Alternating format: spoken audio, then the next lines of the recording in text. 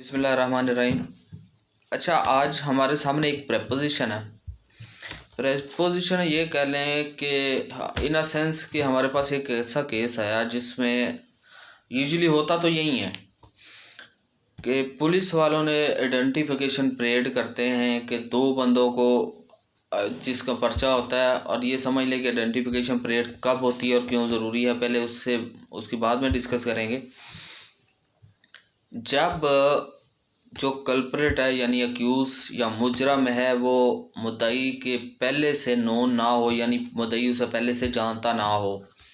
ये मोस्टली नामालूम मुकदमात में होता है, जैसे टिकेटी होगी, जैसे कि हमारे पास जो इसके प्रपोजिशन पड़ी हुई है 92 की होगी, टिकेटी, रॉबरी, ये वो, और चोरी के भी, या एक्सटॉर्शन भी हो जाए बाजू का, जिसमें ना जानता हो अक्यूज़ को जो मुद्दई मुकदमा है पहले से, तो उसकी आइडेंटिफिकेशन परेड होती है जब पकड़ा जाए।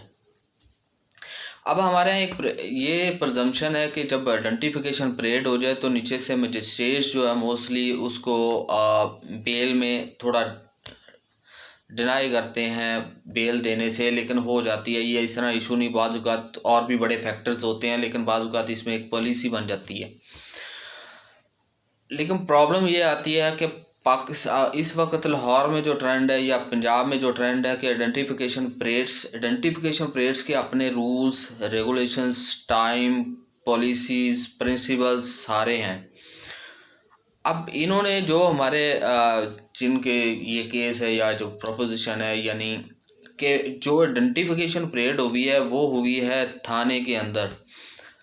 हवालात में गए हैं, मुद्दई को लेके गए हैं कि जनाब हमने, पुलिस वाले ने जो आई हो जिस थाने का, और उसे कहते हैं कि ये दो बंदे पकड़े हैं हमने, बताओ ये तो नहीं है। अब वो मुद्दई का दिल चाहे तो वो कह दे कि हाँ जी कि ये यही है, कह दे कि यार नहीं है, और जिसे जल्दी होती है कि यार ये पकड़े गए हैं, इसे कुछ 4 पैसे आ जाएंगे तो इसे इसी का नाम ले लो, ये चल रहा। हालांकि ये टोटली अगेंस्ट द लॉ, जो प्रिंसिपल्स हैं उसके ख़िलाफ़ है। क्यों? जो identification parades as per law और क्यूएसओ के अंदर, कानूनी शहादत ऑर्डर के अंदर और बाकी लॉज और जो उसकी जजमेंट्स हैं उसके अंदर क्लियरली प्रिंसिपल्स दिए गए हैं कि जब आप आइडेंटिफिकेशन परेड करके, क्योंकि आइडेंटिफिकेशन परेड की एक बात याद रखिएगा, इसकी एविडेंटरी वैल्यू कम भी हो जाती है और इसकी बेस पे कन्विक्शन भी हो जाती है बंदों को। यानी कई ऐसे केसेस भी हैं, और यानी 50-50 रेशो कह ले कि आइडेंटिफिकेशन में अगर रूल्स फॉलो नहीं किए गए तो बंदे एक्विट भी हो जाते हैं, और अगर रूल्स फॉलो किए एज़ पर लॉ हुई है तो इस पर सज़ा भी हो जाती होती है। अब ये आइडेंटिफिकेशन, सिर्फ आइडेंटिफिकेशन परेड पे भी सज़ाएँ होती देखी है हमने कि ये हाँ जी उन्होंने आइडेंटिफाई कर लिया as per law, as per procedure, as per principles, जो आइडेंटिफिकेशन परेड है वो कंडक्ट हुई है तो उस पर सज़ा हुई है। ऑन द अदर हैंड कि अगर उसमें कोई लगोना रह जाए या ऐसी कोई गलती रह जाए या जो प्रोसीजर्स को और प्रिंसिपल्स को फॉलो ना किया गया हो तो उसकी बेस पे एक्विटल भी हो जाती है। तब the court said the identification parade is not a authentic evidentiary value.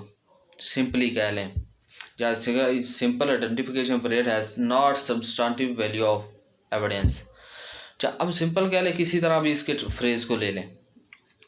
अच्छा, अब प्रॉब्लम ये आ जाती है कि क्यों ऐसा होता है कि ये आइडेंटिफिकेशन परेड भी होती है और बंदे एक्विट भी हो जाते हैं।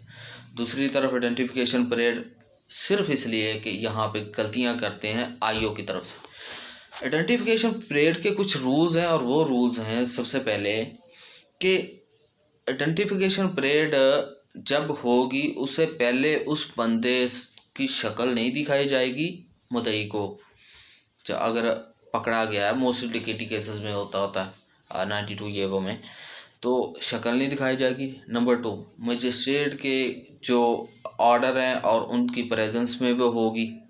Number 3, within 15 days from the arrest of the accused और कल्प्रिट्स पर्सन होगी, तब इसकी एविडेंटरी वैल्यू यानी 15 दिन के अंदर अंदर। अगर उससे ज़्यादा हो जाए तो वो फैटल हो जाती है केस के लिए और प्रोसिक्यूशन के लिए, और मुद्दई का केस भी वीक हो सकता है और उस पर बेस भी एक्विटल भी हो सकती है। ऑन द अदर हैंड, अगर और जो लास्ट और कंपलसरी या कंपलसरी मोस्ट इम्पॉर्टेंट है वो ये है कि एक अक्यूज को एक एक करके आइडेंटिफिकेशन होगी और एक अक्यूज के साथ कम से कम 9 से 10 बंदे उससे मिलती जुलती शक्ल वाले और इनोसेंस बंदे साथ खड़े किए जाएंगे और जो मुद्दई होगा वो उन एक में से मुद्दई हो, जो एविडेंस विटनेस हो या जो भी हो, उनमें से एक बंदे कल्प्रिट को आइडेंटिफाई उसने करना है और आइडेंटिफाई करके ये भी बताना है कि मैंने आइडेंटिफाई क्यों किया है। यानी he has to give an description of this accused. वो आइडेंटिफाई कर रहा है कि ये ही इज अक्यूज और उसको आइडेंटिफाई करने के बाद उसने ये भी बताना है कि मैंने इसे कैसे आइडेंटिफाई किया है। Like he has to give an minute description of accused कि मैंने इसे कैसे किया है। That will be corroborated with the FIR और समथिंग, क्योंकि FIRs के अंदर कुछ चीज़ें लिख दी जाती हैं कि उनका कद हुलिया इस तरह था और इस तरह नज़र आते थे। तो मोस्टली अगर तो नकाबपोश हैं तो वो तो थोड़ा और डिफ़िकल्ट हो जाता है, लेकिन अगर वैसे तो रात का वक़्त है तो फिर और भी चीज़ें हैं। ठीक है, उसके बाद आ जाता है कि अगर उसने आइडेंटिफाई कर लिया है, ठीक है, और आइडेंटिफाई उनमें से किसी एक को कर लिया, ये याद रखिएगा कल्प्रिट टू कल्प्रिट नहीं होगा। यानी 9 से 10 बंदे मासूम होंगे, कोई जिनका जुर्म नहीं होगा, वो उसमें शामिल किए जाएंगे। क्योंकि अगर कल्प्रिट टू कल्प्रिट 92 के अंदर वो 10 के 12-15 उठाए हुए हैं तो उनमें से किसी पे भी डाल दें और डिस्क्रिप्शन थोड़ी बहुत दे दें तो ये हमारे यहाँ पुलिस ऐसी है कि ये मामला को तो फिर, इसलिए उन कल्प्रिट्स एक कल्प्रिट्स में 10 मासूम होंगे, यानी जिनका कोई जुर्म नहीं होगा, वो सामने होंगे उनसे मिलते जुलते, ताकि पता चल सके कि इसने वाकई आइडेंटिफाई किया।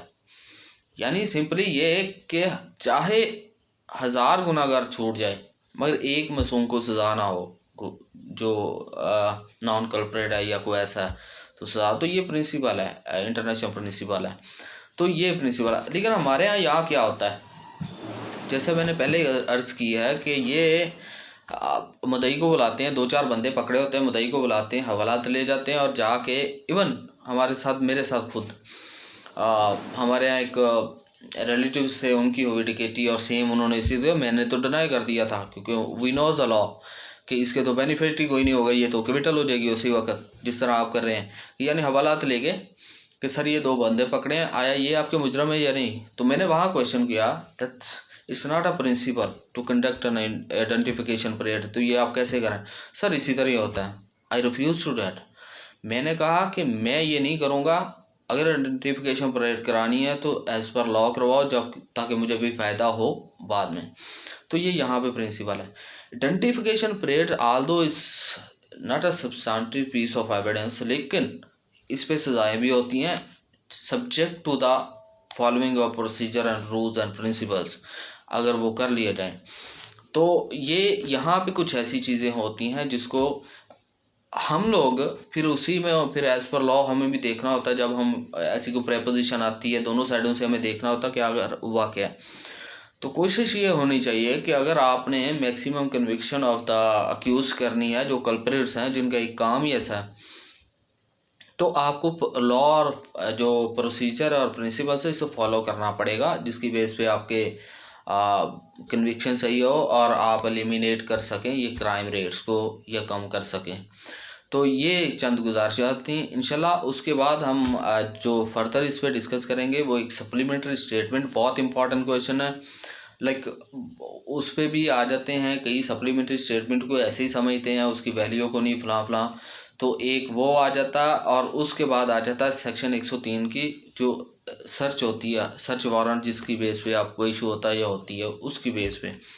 तो ये क्रिमिनल लॉ में ज़्यादा इंपॉर्टेंट्स हैं, तो फिर इंशाल्लाह डिस्कस करेंगे उन पे भी। तब तक के लिए अल्लाह हाफ़िज़।